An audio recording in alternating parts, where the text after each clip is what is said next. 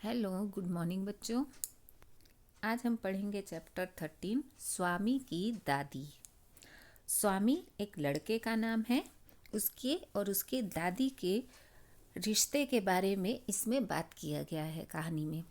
अच्छा, अगर आप जॉइंट फैमिली में रहते हैं, दादा दादी के साथ रहते हैं, तो आपको भी पता होगा कि बच्चों का अपने दादा दादी से लगाव कैसा होता है।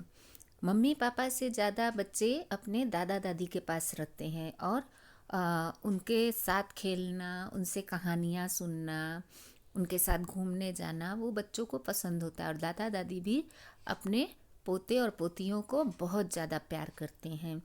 तो जो दादी और पोते का रिश्ता है वो इस कहानी में बताया गया है। तो मैं आपको कहानी संक्षेप में ही बताऊंगी, कहानी को आपको पढ़ना है। सबसे पहले इसमें दादी के कमरे के बारे में बताया गया है कि बैठक और रसोई के बीच में, रसोई क्या, डाइनिंग रूम के बीच में एक कमरा है जो कि बंद जैसा है, बिल्कुल अंधेरा है और कम हवादार है। उसमें दादी रहती हैं और उनका सारा सामान भी वहीं रहता है। सारा सामान का मतलब उनके पास 5 दरियाँ हैं, 3 चादरें, 5 तकिए और एक पटसन के रेशे का बना बक्सा और एक लकड़ी का छोटा सा बक्सा है। और उस बक्से में तांबे के सिक्के, इलायची, लौंग और सुपारी हैं। मतलब दादी के पास ऐसा कोई खजाना नहीं है, पर उनका इतना ही सामान है। अब रात को खाना खाने के बाद जैसा कि होता है, बच्चे अपने दादी के पास जाते हैं कहानी सुनने के लिए। तो स्वामीनाथन भी अपनी दादी के पास उनकी गोद में सिर रख के लेटा है और कमरे में इलायची, लौंग की सुगंध आ रही है क्योंकि दादी के कमरे में वो सब रखा है। लेकिन दादी के साथ वो अपने को बहुत ही खुश और सुरक्षित महसूस करता है। अब बच्चे अपनी बात किसको बताते हैं? दादी को, क्योंकि मम्मी पापा के पास इतना टाइम नहीं होता है कि वो बच्चों की बातें सुने। तो वो दादी को राजम के बारे में बता रहा है। राजम जो कि उसका दोस्त है, ठीक है। और उसकी तारीफ कर रहा है कि दादी तुम जानती नहीं हो कि राजम कितनी ऊंची चीज़ है। और फिर वो दादी को राजम और मणि की दुश्मनी और फिर बाद में उनकी दोस्ती हो गई उसकी कहानी सुनाता है। यानी जैसे बच्चे अपने स्कूल की स्टोरी आके सुनाते हैं ना दादा दादी को, आज स्कूल में ये हुआ, आज स्कूल में वो हुआ, वो सब वो अपने दादा दादी को सुनाते हैं।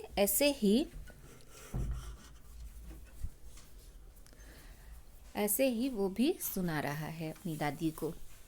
अब वो स्वामीनाथन बोलता है अपनी दादी से कि तुम्हें पता है कि उसके पास सचमुच की पुलिस की वर्दी है। तो दादी बोलती है सच? तो उसे पुलिस की वर्दी क्यों चाहिए? तब स्वामीनाथन बताता है अपनी दादी को कि उसके पिता पुलिस अधीक्षक हैं और यहाँ के सबसे बड़े अफसरों में से एक हैं। तो दादी इम्प्रेस हो जाती हैं और पूछती कि उनका सच में काफ़ी बड़ा दफ्तर होगा। फिर दादी उसको स्वामीनाथन के दादा की कहानी सुनानी शुरू करती, यानी वो अपने ज़माने की, क्योंकि दादी भी जब बच्चों से बात करती हैं तो अपने ज़माने की बातें बताती हैं ना, हमारे ज़माने में ऐसे था, हमारे ज़माने में ऐसे था। तो वो बताती हैं कि स्वामीनाथन के दादा भी रौबदार सब मजिस्ट्रेट थे और उनके दफ्तर में पुलिस वाले भी कांपते हुए आते थे। और बताती हैं कि उनसे डर कर खूंखार से खूंखार डाकू तक भाग जाते थे। अब स्वामीनाथन को क्या है, वो उतावला हो रहा है कि दादी की कहानी ख़त्म हो तो मैं अपनी बात करूं। बच्चों को बहुत उतावलापन होता है ना, तो उसको ये दादी की कहानी ख़त्म हो तो मैं अपनी कहानी शुरू करूं। लेकिन दादी भी बोलती ही जा रही हैं और भूल रही हैं कुछ घटनाएं, और कुछ घटनाओं को वो मिक्स कर दे रही हैं, यानी जो अलग अलग टाइम पे घटनाएं हुई हैं उसको वो मिक्स करके बता रही हैं। क्यों? क्योंकि जो बूढ़े लोग होते हैं उनकी याददाश्त थोड़ी कमज़ोर हो जाती है, तो इतने साल पहले की जो बातें हैं वो प्रॉपर उनको याद नहीं होती। तो कोई वो इंसिडेंट पहले का बता रही हैं और कोई उससे अलग इंसिडेंट को उसमें जोड़ दे रही हैं। तो वो घटनाओं को गड्ड मड्ड यानी कि एक दूसरे में मिक्स करके बता रही हैं। अब जब एकदम उससे रहा नहीं गया स्वामीनाथन से, तो वो बोलता है बस काफ़ी है दादी, और मैं तुम्हें राजम के बारे में कुछ बताना चाहता हूँ। जानती उसे गणित में कितने नंबर मिलते हैं? तो दादी बोलती हैं सारे नंबर मिलते होंगे, है ना? तो वो बोलता अरे नहीं, उसे 100 में से 90 मिलते हैं। तो दादी बोलती चलो अच्छा है, लेकिन तुमको भी मेहनत करके उसी की तरह नंबर लाना चाहिए। फिर से दादी जी उसके दादाजी की बात स्टार्ट करती हैं स्वामीनाथन के, कि तुम्हें पता है तुम्हारे दादा ऐसे उत्तर लिखते थे कि जो परीक्षक होते थे यानी परीक्षा लेने वाले वो भी चकित हो जाते थे, और किसी सवाल का जवाब देने में वो दूसरों के मुकाबले 10वां हिस्सा वक्त लेते थे, यानी सब बच्चों से जल्दी वो आंसर भी लिख देते थे, और उनके जवाब इतने अच्छे होते थे कि अध्यापक उन्हें 200 नंबर तक दे देते थे। अब देखिए दादी भी थोड़ा कुछ ज़्यादा ही बोल रही हैं, दादाजी की ज़्यादा ही तारीफ़ कर रही हैं। फिर उन्होंने कहा कि जब उन्होंने एमए किया तो उन्हें बहुत बड़ा मेडल मिला था, और मैं वो मेडल बहुत सालों तक गले में पहनती रही। फिर बोलती पता नहीं मैंने उसे कब उतारा। फिर याद करते हुए कहती कि हाँ, जब तुम्हारी बुआ पैदा हुई थी ना। फिर बोलती नहीं नहीं, तुम्हारी बुआ नहीं, तुम्हारे पिता। फिर बोलती हैं कि हाँ अब याद आया, तब बच्चा 10 दिन का था। फिर उनको याद आता है कि नहीं नहीं, मैंने पहले ही ठीक कहा था, तुम्हारी बुआ ही पैदा हुई थी और तब मैंने वो मेडल उतारा था। और बोलती हैं पता है वो मेडल अब कहाँ है? फिर बताती हैं कि मैंने वो तुम्हारी बुआ को दे दिया, और उसने उसे गलवा कर 4 चूड़ियाँ बनवा ली। बिल्कुल बेवकूफ़ है वो, कि मेडल की जो कीमत होती है, मेडल किसी के सम्मान की पहचान, उसके मेहनत की, उसके काम की पहचान होती है। तो इसलिए जब उसकी बुआ ने उन्हें गलवा के चूड़ियाँ बनवा ली, इसीलिए स्वामीनाथन की दादी उसकी बुआ को बेवकूफ़ कह रही हैं।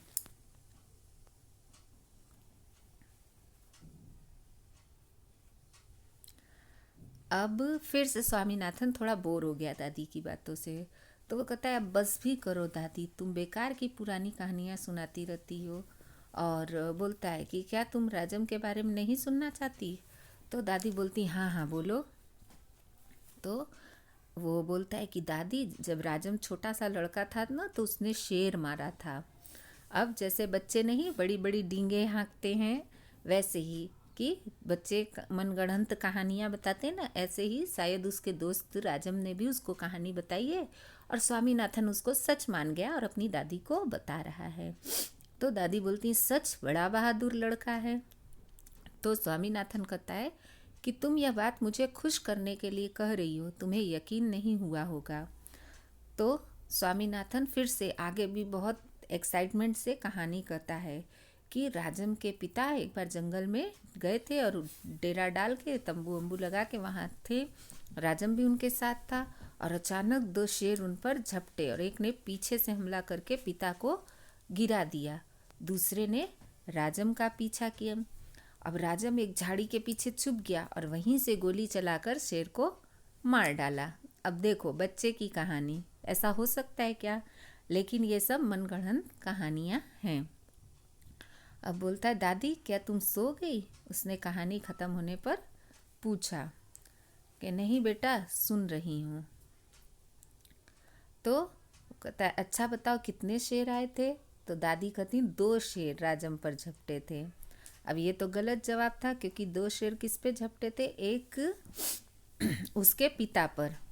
तो स्वामीनाथन दादी के गलत जवाब से चिढ़ गया, वो समझ गया कि दादी को उसके कहानी में कोई इंटरेस्ट नहीं है। अब वो बोलता है मैं तुम्हें इतनी ज़रूरी बातें बता रहा हूँ और तुम नींद में न जाने क्या क्या उल जलूल कल्पना किए जा रही हो, कि मतलब मैं तुम्हें इतनी ज़रूरी बात कह रहा हूँ और तुम सोने में लगी हो। अब मैं तुम्हें कुछ नहीं बताऊँगा, मैं जानता हूँ तुम क्यों ऐसा कर रही हो, तुम राजम को पसंद नहीं करती। अब वो कहता है कि मुझे पता है कि तुम राजम को पसंद नहीं करती, इसलिए तुम ऐसा कर रही हो। तो दादी बोलती हैं कि नहीं नहीं, वो तो बहुत प्यारा लड़का है, जबकि दादी ने राजम को देखा तक नहीं था। फिर भी अब इस बात से स्वामीनाथन खुश हो गया, लेकिन दूसरे ही क्षण उसके मन में एक नया संदेह पैदा हुआ कि दादी, शायद तुम्हें शेर की कहानी पर विश्वास नहीं हो रहा है। तो दादी बोलती कि नहीं नहीं, मैं तो एक एक शब्द पर विश्वास करती हूँ। और दादी ने बहुत ही प्यार से कहा। इसलिए स्वामीनाथन को क्या है, अच्छा लगा कि नहीं, दादी को मेरी कहानी पर विश्वास है। लेकिन उसने फिर भी चेतावनी दी कि जो भी उसे झूठा कहेगा वो उसे गोली मार देगा। यानी राजम ने उससे कहा था कि जो भी मुझे झूठा कहेगा मैं उसे गोली मार दूंगा। तो इसीलिए वो दादी को भी कहता है। दादी ने इसका समर्थन किया और हरिश्चंद्र की कहानी सुनाने की बात कही, जिसने वचन का पालन करने के लिए सिंहासन, पत्नी और बच्चे को खो दिया और अंत में उसे सब कुछ वापस मिल गया। उसने अब दादी कहानी सुनाना शुरू की, लेकिन आधी ही कहानी हुई थी कि स्वामीनाथन खर्राटे लेने लगा। बच्चे कहानी सुनते सुनते सो जाते हैं ना, तो स्वामीनाथन सो गया। दादी भी रुक रुक कर बोलने लगी, यानी दादी को भी नींद आने लगी और फिर वो भी सो गई। तो ये कहानी R.K. नारायण ने लिखा है, लेकिन अनुवाद मस्तराम कपूर ने हिंदी में इसका किया है। अब देखिए कहानी में क्या है, एक बच्चे और दादी के जो प्यार की बात होती है, जो उनके बीच में लगाव होता है। बहुत सी बातें बच्चे भी ऐसे करते हैं जो अविश्वसनीय होती है, लेकिन फिर भी दादा दादी हाँ में हाँ मिलाते हैं बच्चे को खुश करने के लिए। बहुत सी बातें दादा दादी की ऐसी होती हैं कि बच्चों को समझ में ही नहीं आती, फिर भी बच्चे उसे सुनते हैं और मानते हैं। तो इस तरह से ये कहानी भी एक ऐसी ही कहानी है। तो आप लोग कहानी पढ़िएगा और समझिएगा। ओके, थैंक यू, बाय बच्चों।